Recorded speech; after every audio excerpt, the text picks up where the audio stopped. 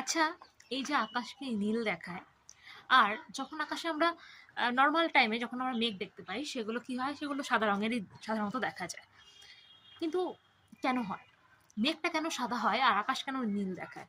আকাশ নীল দেখায় এটা আমরা অনেকেই জানি, যে আকাশে কি হয়, ছোট ছোট ছোট ছোট পার্টিকেল থাকে, যে পার্টিকেলগুলো কি করে, যে শর্টার ওয়েভলেন্থ যেগুলো হয় লাইটের, সেই ওয়েভলেন্থগুলোকে স্ক্যাটার করে দেয়। সেই স্ক্যাটার করার যেমন কি ব্লু, ইন্ডিগো, এই যে এই শর্টার ওয়েভলেন্থগুলো, এই ওয়েভলেন্থের লাইটগুলোকে স্ক্যাটার করে, যার জন্য আমরা কি দেখতে পাই? আকাশকে নীল দেখতে পাই। কিন্তু এই আকাশের মধ্যে যখন মেঘ দেখা যায়, সাদা রঙের মেঘ, সেটা কেন দেখা যায়? এই মেঘের মধ্যে কি থাকে? মেঘের মধ্যে থাকে বড় বড় জলকণা।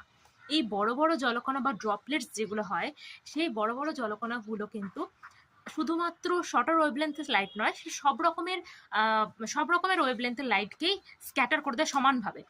সেটা ভায়োলেট হোক, ইন্ডিগো হোক, ব্লু হোক, গ্রিন হোক, যা সমস্ত সমস্ত ওয়েভলেন্থের লাইটকে স্ক্যাটার করে। তাই জন্য আমরা এই নর্মাল সময় যখন মেঘ মেঘ দেখতে পাই, সেটা সাদাই দেখতে পাই। কিন্তু যখন বৃষ্টি হয়, বৃষ্টির আগের যে মেঘটা হয় সেটা সম্পূর্ণ কালো হয়। কেন?